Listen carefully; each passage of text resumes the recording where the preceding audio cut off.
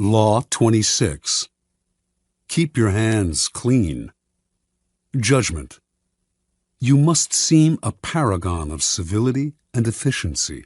Your hands are never soiled by mistakes and nasty deeds.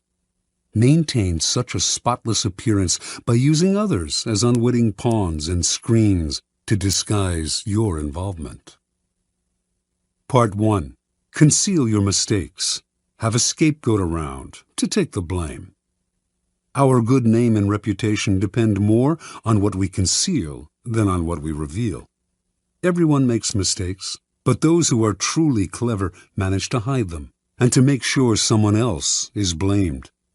A convenient scapegoat should always be kept around for such moments. Observance of the law.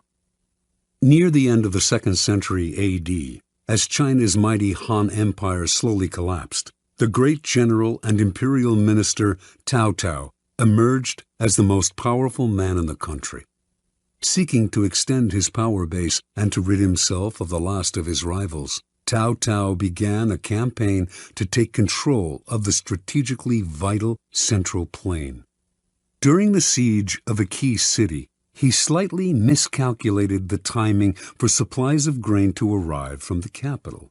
As he waited for the shipment to come in, the army ran low on food, and Cao Cao was forced to order the chief of commissariat to reduce its rations. Cao Cao kept a tight rein on the army and ran a network of informers. His spies soon reported that the men were complaining, grumbling that he was living well while they themselves had barely enough to eat. Perhaps Cao Cao was keeping the food for himself, they murmured. If the grumblings spread, Cao Cao could have a mutiny on his hands. He summoned the chief of commissariat to his tent. "I want to ask you to lend me something, and you must not refuse," Cao Cao told the chief. "What is it?" the chief replied. "I want the loan of your head to show to the troops," said Cao Cao. "But I've done nothing wrong," cried the chief. "I know," said Cao Cao with a sigh, "but if I do not put you to death, there will be a mutiny. Do not grieve. After you're gone, I'll look after your family." Put this way, the request left the chief no choice. So he resigned himself to his fate and was beheaded that very day. Seeing his head on public display, the soldiers stopped grumbling. Some saw through Cao Cao's gesture, but kept quiet, stunned and intimidated by his violence. And most accepted his version of who was to blame, preferring to believe in his wisdom and fairness than in his incompetence and cruelty. Interpretation. Occasional mistakes are inevitable. The world is just too unpredictable. People of power, however, are undone not by the mistakes they make, but by the way they deal with them. Like surgeons, they must cut away the tumor with speed and finality. Excuses satisfy no one, and apologies make everyone uncomfortable. The mistake does not vanish with an apology. It deepens and festers. Better to cut it off instantly, distract attention from yourself, and focus attention on a convenient scapegoat before people have time to ponder your responsibility or your possible incompetence. Keys to power. The use of scapegoats is as old as civilization itself, and examples of it can be found in cultures around the world.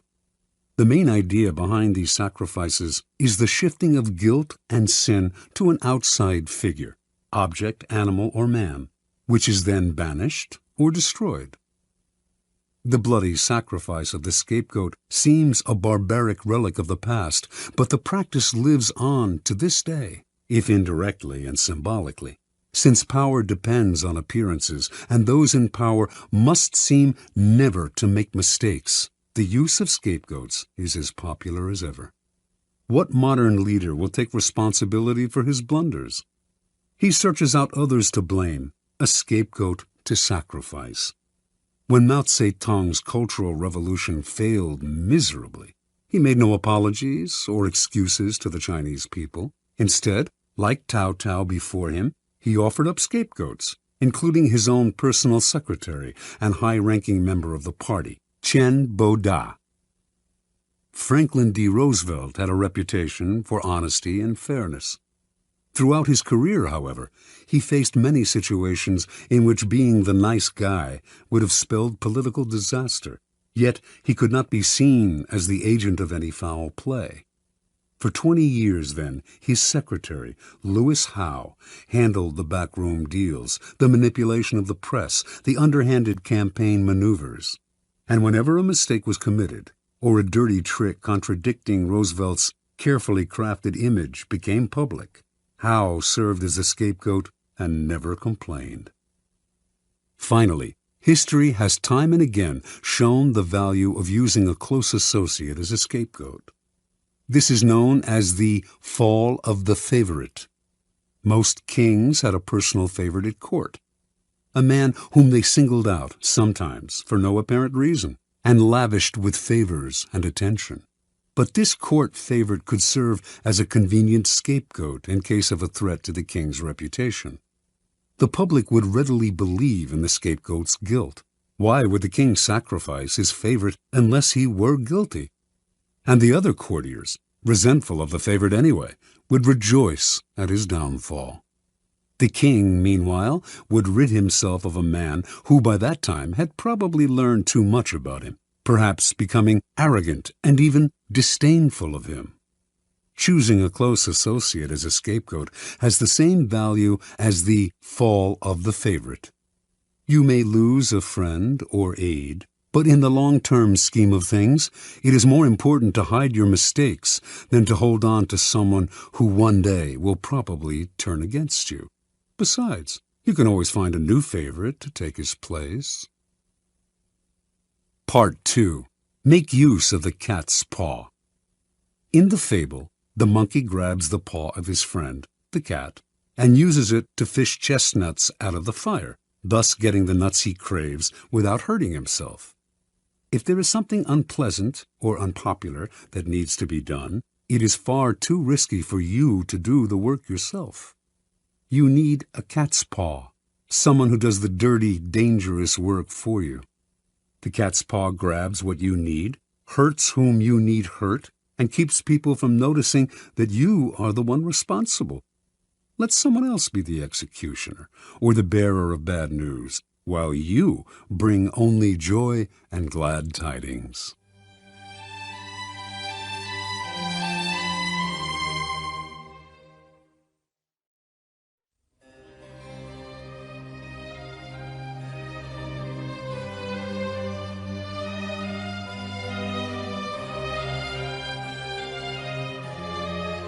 Observance of the law.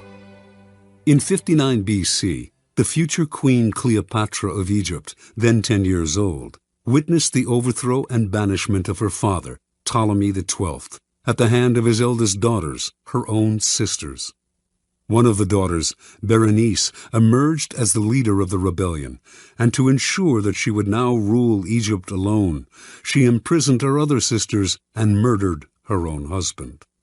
This may have been necessary as a practical step to secure her rule, but that a member of the royal family, a queen no less, would so overtly exact such violence on her own family horrified her subjects and stirred up powerful opposition. 4 years later, this opposition was able to return Ptolemy to power, and he promptly had Berenice and the other elder sisters beheaded.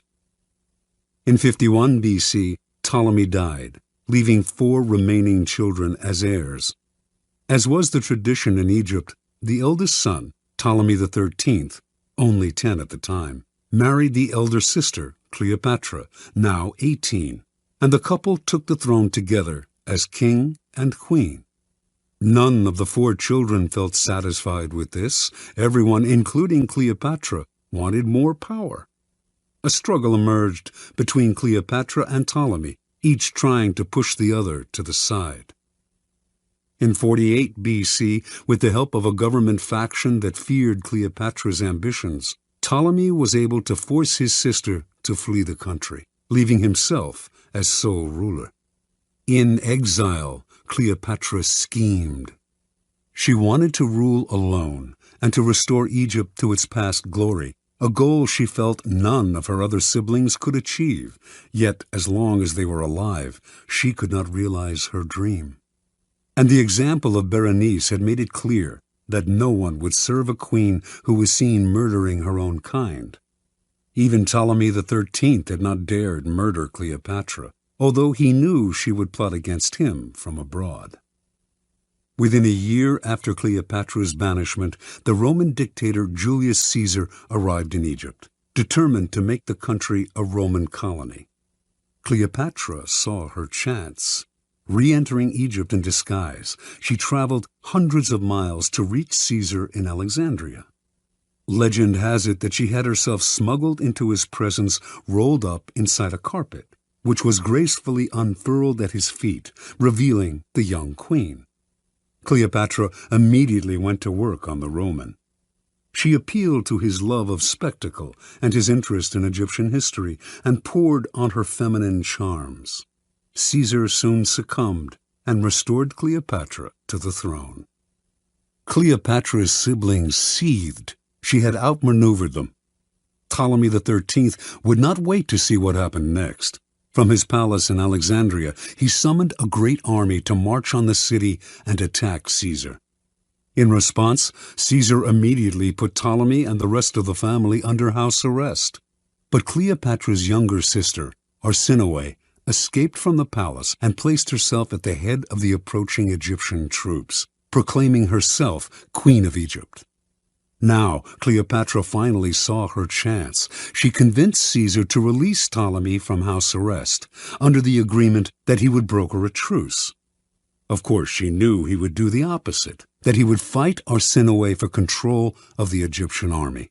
But this was to Cleopatra's benefit, for it would divide the royal family. Better still, it would give Caesar the chance to defeat and kill her siblings in battle.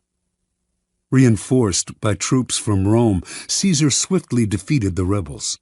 In the Egyptians' retreat, Ptolemy drowned in the Nile. Caesar captured Arsinoe and had her sent to Rome as a prisoner. He also executed the numerous enemies who had conspired against Cleopatra and imprisoned others who had opposed her.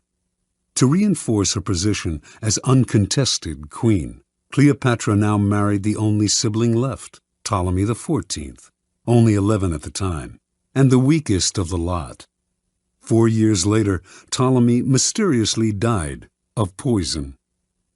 In 41 BC, Cleopatra employed on a second Roman leader, Mark Antony, the same tactic she had used so well on Julius Caesar.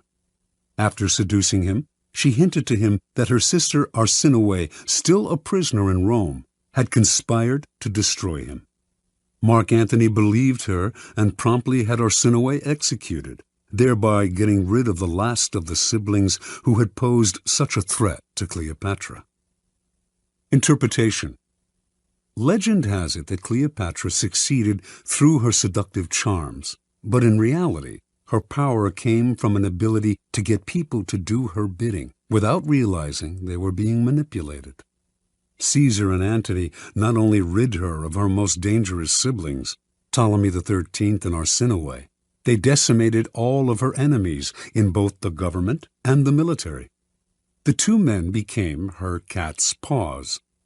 They entered the fire for her, did the ugly but necessary work while shielding her from appearing as the destroyer of her siblings and fellow Egyptians. And in the end, both men acquiesced to her desire to rule Egypt not as a Roman colony, but as an independent allied kingdom. And they did all this for her without realizing how she had manipulated them. This was persuasion of the subtlest and most powerful kind. A queen must never dirty her hands with ugly tasks, nor can a king appear in public with blood on his face. Yet power cannot survive without the constant squashing of enemies. There will always be dirty little tasks that have to be done to keep you on the throne. Like Cleopatra, you need a cat's paw. This will usually be a person from outside your immediate circle, who will therefore be unlikely to realize how he or she is being used. You will find these dupes everywhere. people who enjoy doing you favors, especially if you throw them a minimal bone or two in exchange.